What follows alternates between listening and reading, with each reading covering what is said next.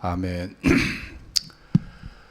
천국은 침노하는 자가 빼앗는다. 침노라는 말이 헬라 말로 원어로 보니까 아제타이더라고요. 아제타이라는 것은 성을 아주 공격적으로 성을 공격해서 힘으로 성을 빼앗는 것을 말해요. 아제타이가.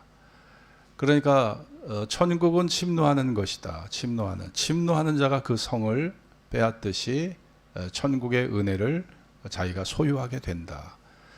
어떻게 보면 은혜 받는 것을 결국은 이 적극적인 자세, 하나님의 은혜도 이 성을 빼앗는 것처럼 적극적인 자세, 이 적극적인 자세, 적극적인 기도, 이게 필요하다는 거예요. 이게 필요하다는 겁니다.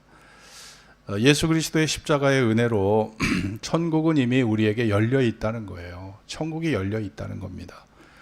우리가 낙심하지 말고 적극적으로 공격적인 자세로 신앙생활을 하면, 그런 자세로 기도하고 그런 자세로 은혜를 구하면 천국을 맛보게 된다는 거예요. 천국의 은혜를 맛보게 된다는 겁니다. 하나님의 약속을, 하나님의 축복을 맛보게 된다는 것입니다. 베드로전서 2장 9절에 보면 예수 안에 변화된 신분을 우리에게 말씀하고 있습니다. 너희는 택하신 족속이요, 너희는 왕같은 제사장들이요, 너희는 거룩한 나라요, 그의 소유된 백성이라고 말씀하고 있어요. 여러분과 저는요, 이미 하나님의 성령으로 하나님의 자녀가 됐어요. 그리고 하나님의 입장에서 보면 우리의 신분이 변한 거예요.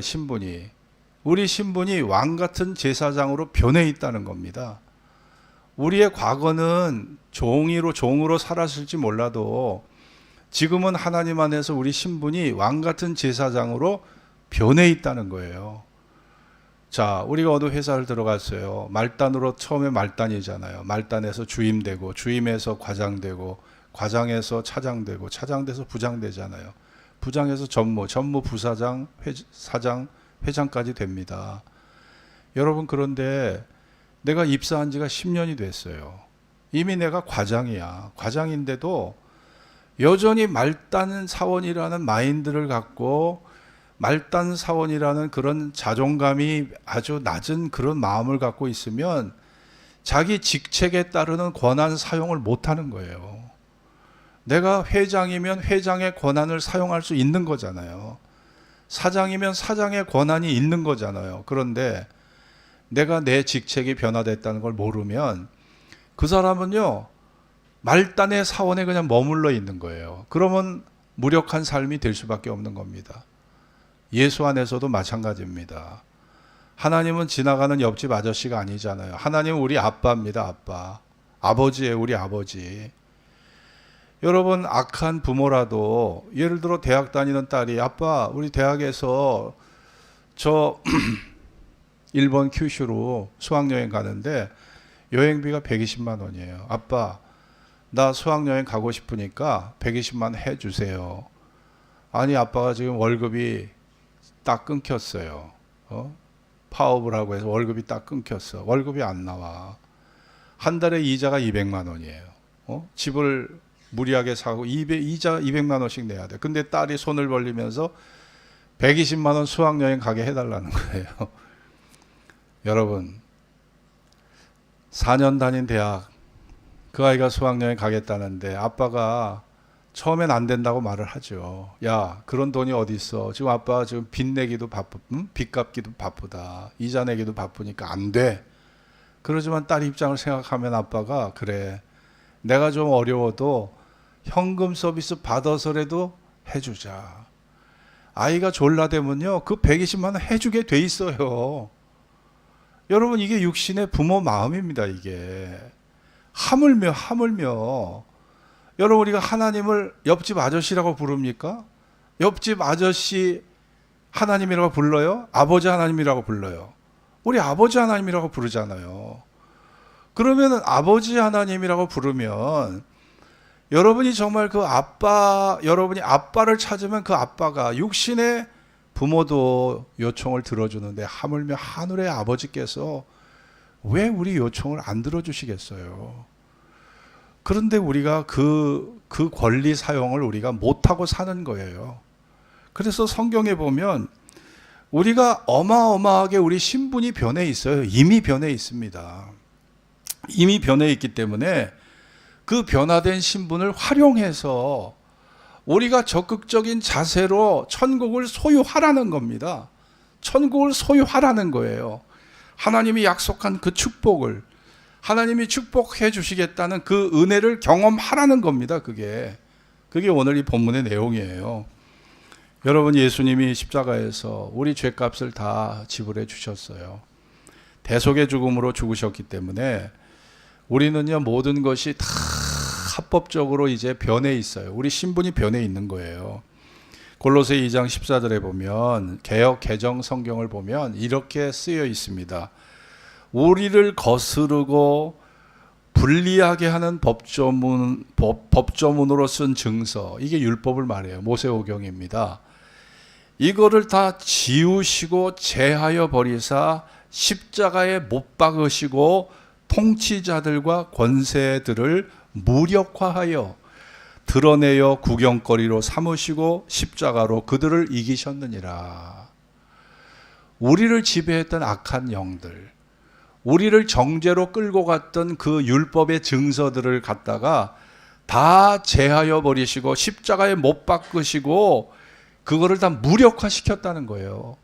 십자가의 죽음이라는 것은 단순히 희생이 아니라 율법의 그 정죄에서 우리를 심판하시는 그 하나님의 심판의 당위성을 이제 다 제하여 버리시고 우리를 자유하게 하셨다는 거예요.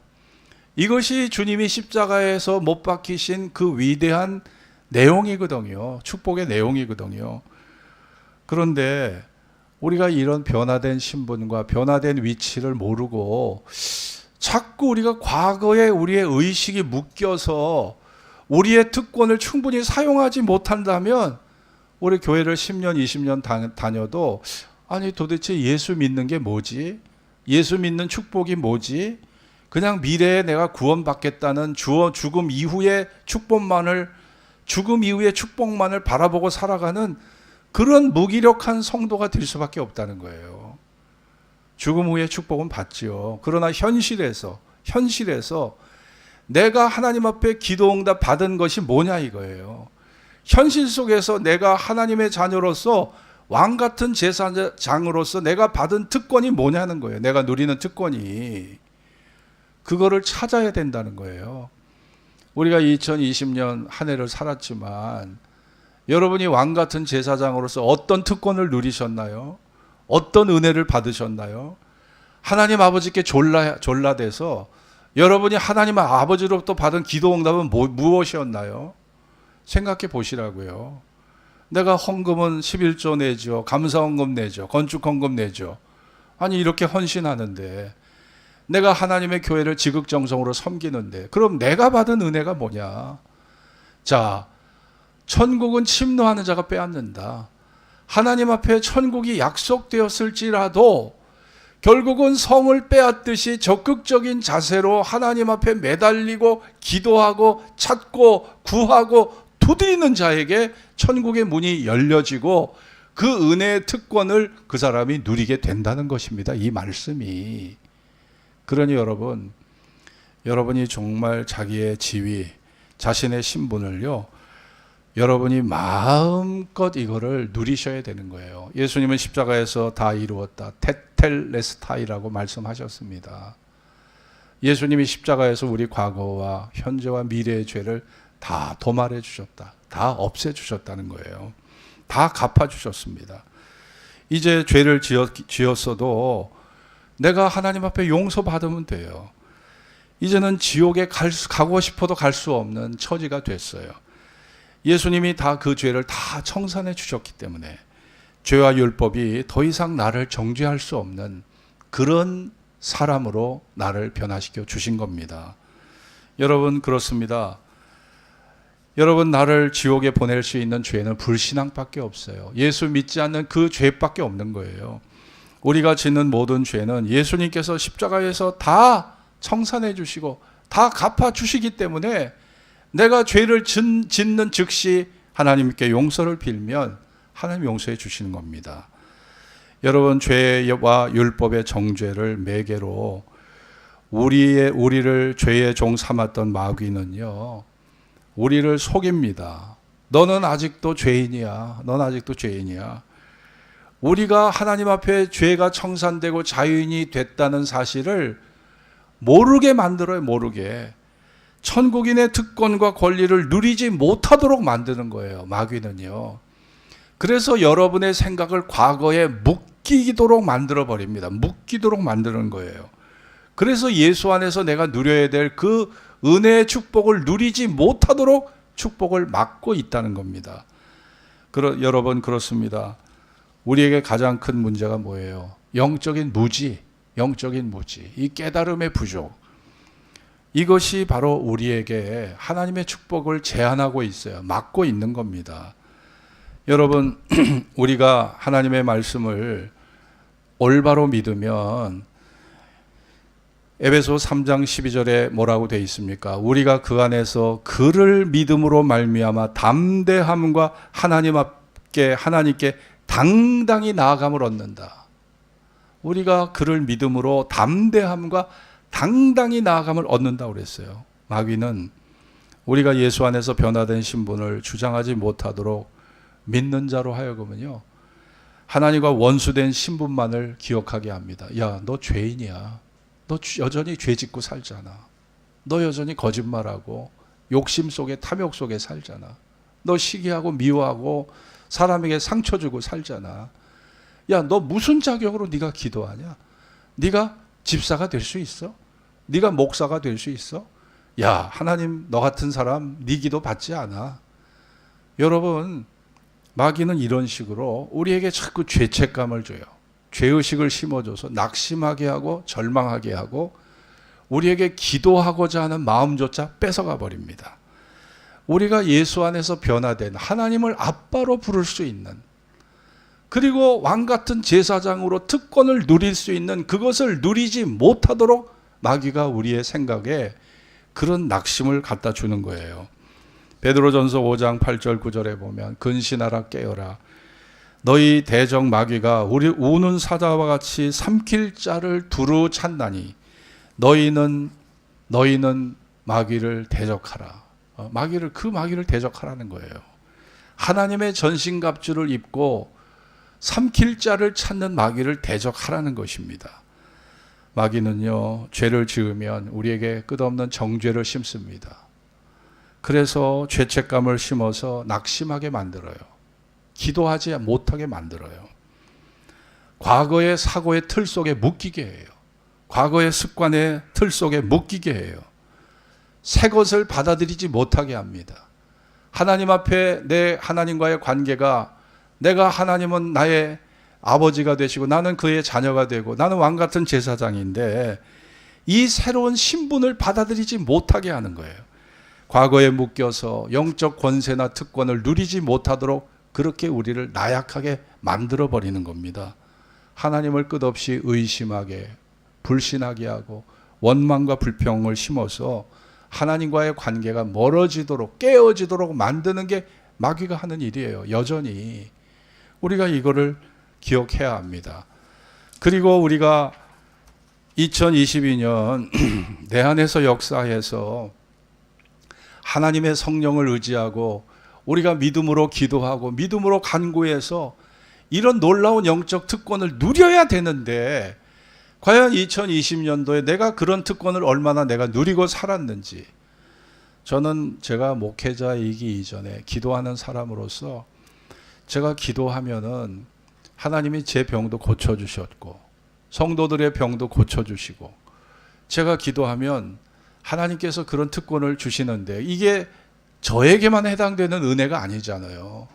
제가 목사로서가 아니라 하나님의 자녀이기 때문에, 왕같은 제사장이기 때문에 하나님이 저에게 베풀어 주신 은혜라고 저는 생각합니다. 그런데 마귀는요, 우리 안에 역사해서 내 믿음을 작아지게 만들어요. 내 존재를 초라하게 보이게 만들어요. 하나님께서 예수 안에서 주시는 특권과 권세를 누리지 못하게 만들어요.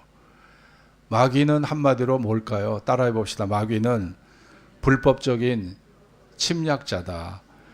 자기들의 권세가 예수님에 의해서 해제가 됐다는 것을 마귀는 알고 있어요. 그런데 마귀는 불법적인 존재로서 사실은 여러분의 마음을 점령할 권한이 없습니다. 그런데도 마귀는 여러분의 영적 무지를 이용하는 거예요. 영적 무지를 이용해서 내 영혼에 찾아와서 내 마음과 생각을 점령해버리고 육체를 점령하고 가정을 점령하고 교회를 점령해서 저주와 절망의 그늘에 나를 묶어두려고 하고 있다는 거예요. 여러분, 이거와 싸우는 겁니다.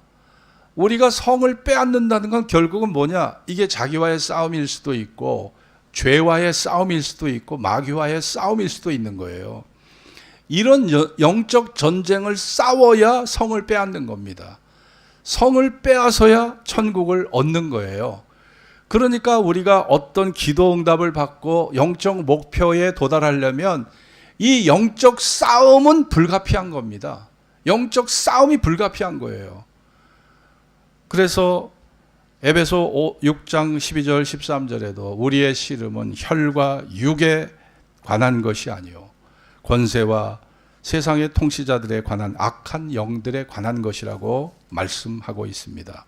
누가복음 10장 19절에 내가 너에게 뱀과 전갈을 밟으며 원수의 모든 능력을 제어할 권능을 주었으니 너희를 해칠 자가 결코 없으리라고 말씀하고 있어요. 2차 대전 당시에 영국의 런던이 독일군의 수없는 폭격을 당했습니다. 폭격기 수백 대가 날라와 런던에 수천 발 폭탄을 투하하고 갔어요. 그럴 때마다 영국의 언론들은 정부의 무능을 탓합니다. 나약함을 꼬집습니다. 이런 뉴스를 볼 때마다 국민들의 마음은 더 절망에 빠지는 거예요. 그런데 어느 기자회견장에서 한 기자가 이런 제안을 합니다. 여러분들, 우리가 기사를 쓰는데 지금 아까 우리 영국이 지금 비상시국 아닙니까? 그런데 국민들이 절망에 빠져 있는데 우리조차도 절망적 기사를 쓰면 국민들이 무슨 희망을 갖겠습니까? 그러니 우리들만이라도 희망적인 기사를 써서 국민들에게 희망을 갖도록 합시다. 기자들이 기자회견장에서 이런 제안을 어느 기자가 한 거예요. 자, 이것에 사람들이 공감을 했습니다. 그래서 독일군에 의해서 막 맹폭을 당하고 폭격을 당할 때마다 독일 언론들이 방향을 바꿨어요. 야, 국민들에게 희망을 줘야 되겠다. 그래서 두 손을 모으고 기도하는 사람들의 사진을 올리고 교회에 모여서 찬송하는 사람들의 사진을 찍어서 그걸 올렸습니다. 그러자 사람들이 희망을 갖게 됐어요. 영국군이 어려움 속에서도 그 어려움을 극복하며 독일군과 싸우면서 용기를 갖게 된 겁니다. 그리고 마침내 윈스턴 처칠이 인도하는 그 영국이 결국은 독일을 무찌르고 2차 대전을 승리로 이끈 거 아닙니까? 그 승리로 이끈 가장 중요한 원인이 바로 희망이었던 거예요. 그 희망이 2차 대전을 승리로 이끌게 된 것이죠. 여러분, 국민이 희망을 갖지 못한다면 경제 부흥이 과연 이루어질 수 있을까요? 박정희 대통령 당시를 생각해 봐요. 1960년대. 지금 우리가 외환보유고가 4,500억 달러인가 그래요. 외환보유고가. 그때는요, 우리가 1년 수출 총 했을 때 100억 달러밖에 안 됐어요. 100억 달러. 수출 총 해서 100억 달러 수출한 거예요. 지금 우리가 4,500억 달러 이상의 외환 보유고를 갖고 있어요. 엄청난 자원을 갖고 있어요. 그런데 60년대하고 지금 2020년, 2022년 지금의 차이가 뭘까요? 그때는 희망에 불타올랐습니다. 지금은요, 환경이 이렇게 좋아, 여건이 좋아, 자원이 풍성해, 외환보유고가 4,500억 달러야. 희망이 없어. 국민들이 다 깔아앉아 있어요. 부동산 침체됐죠. 거래 안 되죠. 네, 이율은 대출 이율은 계속 올라가죠. 내년에 5% 이상 오른다고 그러죠. 네, 국내외 정세는 자꾸 더 우리를 어둡게 만들죠. 여러분, 우리가 박정희 대통령 때는 희망을 먹고 살았던 거예요. 그렇기 때문에 그 어려운 환경 속에서도 그런 여러 가지 우리가 석유 파동을 겪었어요. 여러 가지 어려움을 수없이 겪었지만 그거를 극복하고 희망이 그 위기를 극복하고 대한민국을 세계 32대 선진국으로 만들어버린 겁니다. 우리가 선진국이 되려고 한 게 아니라 UN 산하기관에서 대한민국을 선진국으로 그렇게 지위를 격상시켜 줬잖아요. 세계 선진국은요, 딱 32개 나라밖에 안 돼요. 32개국만 선진국이에요. 우리가 전쟁에 패해서 32개국 선진국 안으로 우리가 들어와 있잖아요. 그 원인을 따져보면 그 원인은요, 희망이 우리를 이렇게 만들어버린 겁니다. 희망이. 우리는 60년대에 비해서 그렇게 잘 사는 위치에 선진국에 와 있지만 지금 대한민국 정치가, 대한민국 경제가, 대한민국 사회가 우리의 마음속에 희망을 불러일으키고 있다고 생각합니까? 희망이 보이지 않아. 희망이 보이지 않습니다. 그래서 지금 우리에게 필요한 것은 희망이에요. 우리 정치인들로 우리 희망을 무기로 우리가 싸우도록 해야 됩니다. 영국이 2차 대전을 승리한 것은 희망을 무기로 싸웠기 때문에 승리했다고 역사학자들은 평가하고 있습니다. 절망의 언어를 쓰는 사람은 절망의 인생을 낳고, 희망의 언어를 쓰는 사람은 희망의 인생을 낳는 거예요. 절망의 상황이 깊어져도 희망을 노래할 수 있는 그 사람은 고난을 이기면서 마침내 희망의 열매를 따먹게 되는 겁니다. 여러분, 절대로 희망을 놓쳐서는 안 됩니다. 희망을 노래하고 살아가는 자가 돼야 됩니다. 이것이 하나님의 뜻을 이루는 길인 것입니다. 절망과 절망의 이야기를 노래하는 것, 그것은 우리 국민들에게 참담한 절망을 심는 거예요. 우리나라 언론을 가만히 관찰을 해보면 세월호 참사가 났을 때 그 참사 보도를요, 거의 1년을 끌고 가더라고요. 1년을. 그런데 지금 이태원 참사, 이거 도대체 또 몇 년을 끌지 모르겠어요. 아니, 다른 나라는 뭐 그런 사고 안 당하고 그 나라가 발전한 겁니까? 다 당해요. 물론 피해 당사자들 입장에서 보면 이 사건이 해결될 때까지 계속 언론이 이 문제를 다뤄주길 바라겠죠. 그러나 그거를 지켜보는 국민들의 마음은 참담할 수밖에 없는 거예요. 저는 우리 언론이 정말 많은 반성을 하고 국민들에게 좀 희망을 주는 언론이 되었으면 하는 그런 바람이 있습니다. 여러분, 성경적으로 보면 저와 여러분은 엄청난 신분의 변화를 예수 안에서 이미 경험한 우리들입니다. 하나님의 거룩한 자녀가 되었어요. 빛의 자녀입니다. 천국의 시민권자예요. 하늘의 상속자입니다. 하나님의 유산을 상속받는 상속자예요. 상속자. 하나님이 우리 아빠예요. 옆집 아저씨가 아닙니다. 우리 아빠입니다. 우리는 택하신 족속이에요. 왕 같은 제사장들이에요.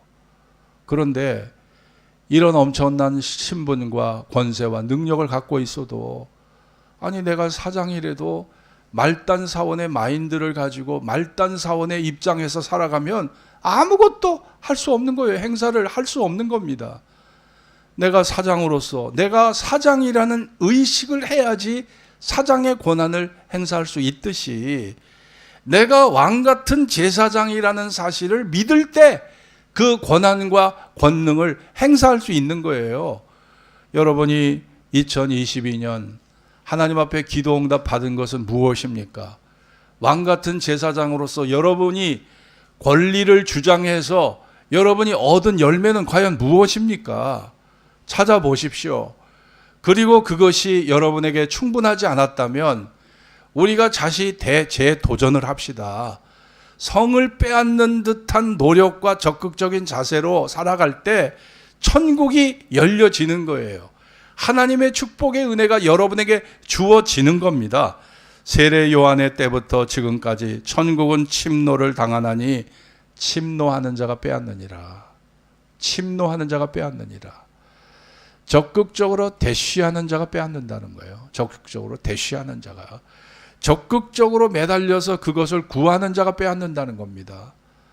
아니, 악한 부모도 딸아이가 수학여행 가겠다고 120만 원 여행비 달라고 그러면요, 현금 서비스 받아서라도 줘요. 전 그럴 거예요. 네. 하물며 하나님께서 우리 기도를 어찌 외면하시겠습니까? 우리가 이 말씀은 우리에게 이런 말씀이에요. 한번 따라해 봅시다. 영적 자신감을 회복받으라. 이게 사실 이 내용이에요. 이 영적 자신감을 회복받아야 된다. 왜 너희의 신분을 왜 너희는 활용하지 못하느냐? 너희가 변화된 신분을 왜 활용하지 못하느냐? 너희에게 있는 권세를 왜 쓰지 못하느냐? 이런 말씀이거든요. 이 말씀이. 우리에게 이런 권세와 능력과 신분이 주어졌음에도 불구하고 우리가 이거를 활용하지 못하고 너무나 무력하게 우리가 살아간다는 거예요. 주님 보시기에. 이것이 안타까워서 이런 말씀이 주님의 입에서 말씀되어진 것이거든요. 여러분, 왕 같은 제사장으로서 하나님 앞에 여러분 당당히 나아가셔야 합니다. 구약에는요, 제사장들은요, 1년에 딱 한 차례, 이 제사장은 아무나 될 수가 없어요. 레위 지파 사람들만 제사장이 될 수 있었고, 그 레위 지파 속에서도 1년에 한 차례 대제사장으로서 하나님의 보좌 앞으로 나아가는 자는 대제사장밖에 없었거든요. 근데 하나님이 그 한 사람, 왕 같은 대제사장으로 여러분을 삼으셨다는 거예요. 하나님의 보좌 앞으로 당당히 나아가도록 누구에게나 예수의 이름으로 누구에게나 하나님의 보좌 앞으로 나아갈 수 있는 이런 왕 같은 제사장의 특권을 예수 믿는 모든 사람에게 보편적 권세로 주셨다는 겁니다. 그래서 예수님 요한복음에서 너희가 내 이름으로 지금까지 아무것도 구하지 아니하였으나 구하라. 그리하면 얻으리니 너희 기쁨이 충만하리라 말씀하신 거예요. 우리가 하나님의 자녀로서의 특권과 권능을 여러분이 충분히 활용하셔야 합니다. 충분히 활용하셔야 돼요. 그래서 여러분에게 영적 열매들이 아름답게 맺어지도록 그렇게 살으셔야 됩니다. 여러분, 예수 믿는 맛이 뭐겠어요? 예수 믿는 맛이. 예배의 맛이 있고, 말씀을 깨닫는, 진리를 깨닫는 맛이 있고, 성도와 교제하는 맛이 있잖아요. 그 중에서도 제일 큰 맛이 뭔지 아세요? 기도응답 받는 맛이에요. 기도응답 받는 맛. 기도응답 받는 맛이 있다니까요. 내가 기도해서 하나님 앞에 응답 받을 때 그 기쁨이 이루 말할 수가 없는 거예요. 기도응답 받는 맛이 있는 거예요. 그게 예수 믿는 맛입니다. 여러분이 올해 충분히 활용하지 않았다면 이제 불과 13일밖에 안 남았어요. 2022년도는요. 2023년도는 여러분이 하나님의 빛의 자녀로서 왕 같은 제사장으로서 하나님 옆집 아저씨 아닙니다. 하나님 우리 아빠예요. 아빠에게 자녀로서 당당히 요구할 권한이 우리에게 있는 거예요. 이거를 여러분이 충분히 발휘해서 2023년도 여러분의 예수 믿는 맛이 기도응답의 축복을 받고 천국의 은혜가 내 안에 임하고 우리 가정에 임하고 우리 교회에 임하는 이런 천국의 은혜가 넘치는 그런 축복의 역사가 우리 모두에게 있어지기를 주의 이름으로 축원드립니다. 기도하겠습니다. 오늘 우리가 기도할 때, 자, 우리는 예수 안에서 신분이 변화됐는데도 불구하고 그 신분을 내가 충분히 살리고 살았는가 정말 돌아봐야 됩니다. 하나님이 우리 아빠신데 여러분 아빠에게 뭘 요구하고 사셨나요? 우리는 왕 같은 제사장인데 하나님 앞에 어떤 권리를 여러분이 활용하고 사셨나요? 여러분 돌아봅시다. 하나님은 우리 구약에는 특정인 한 사람에게 권한을 주셨지만 신약 시대에는 예수 믿는 모든 자가 왕 같은 제사장이에요. 하나님의 보좌 앞에 당당히 나아가서 하나님께 기도하고 요구할 수 있고 제사할 수 있는 권한이 여러분에게 있는 겁니다. 이것을 10분 활용해서 예수 믿는 맛이 예배의 맛, 기도의 맛, 말씀을 깨닫는 진리의 맛, 성도의 교제의 맛도 있지만 기도 응답의 축복, 천국이 내 안에 임하는 축복이 여러분의 예수 믿는 맛으로 자리 잡을 수 있도록 기도하시기 바랍니다. 합심으로 기도합시다. 할렐루야. 하나님 감사.